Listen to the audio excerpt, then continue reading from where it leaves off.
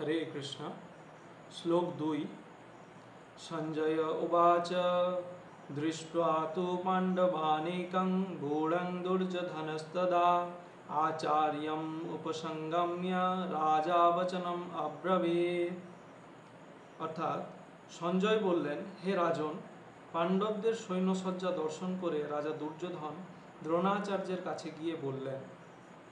তাৎপর্য: ধৃতরাষ্ট্র ছিলেন জন্মান্ধ। দুর্ভাগ্যবশত তিনি পারমার্থিক তত্ত্বদর্শন থেকেও বঞ্চিত ছিলেন। তিনি ভালোভাবে জানতেন যে ধর্মের ব্যাপারে তার পুত্রেরাও ছিল তার মতোই অন্ধ, এবং তিনি নিশ্চিত ছিলেন যে তার পাপিষ্ঠ পুত্রেরা পাণ্ডবদের সঙ্গে কোনো রকম আপোষ মীমাংসা করতে সক্ষম হবে না, কারণ পাণ্ডবেরা সকলেই জন্ম থেকে অত্যন্ত ধর্মপরায়ণ ছিলেন। তবুও তিনি ধর্মক্ষেত্র কুরুক্ষেত্রের প্রভাব সম্বন্ধে সন্দিগ্ধ ছিলেন। যুদ্ধক্ষেত্রের পরিস্থিতি সম্বন্ধে ধৃতরাষ্ট্রের এই প্রশ্ন করার প্রকৃত উদ্দেশ্য সঞ্জয় বুঝতে পেরেছিলেন।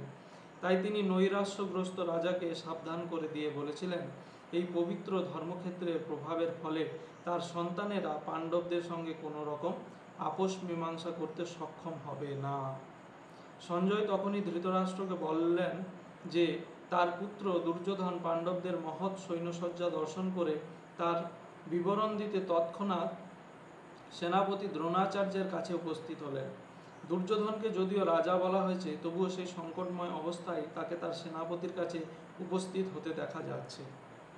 এর থেকে আমরা বুঝতে পারি চতুর রাজনীতিবিদ হবার সমস্ত গুণগুলি দুর্যোধনের মধ্যে বর্তমান ছিল, কিন্তু পাণ্ডবদের মহতী সৈন্যসজ্জা দেখে দুর্যোধনের মনে যে মহা ভয়ের সঞ্চার হয়েছিল তা তিনি তার চতুরতার আবরণে ঢেকে রাখতে পারেননি।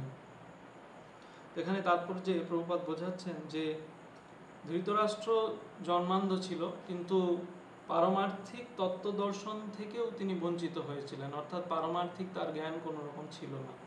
তো তার মতোই তার পুত্রেরাও পারমার্থিক জ্ঞান অর্জন করতে পারেনি। তো এখানে প্রভুপাদ বোঝাচ্ছেন যে কিভাবে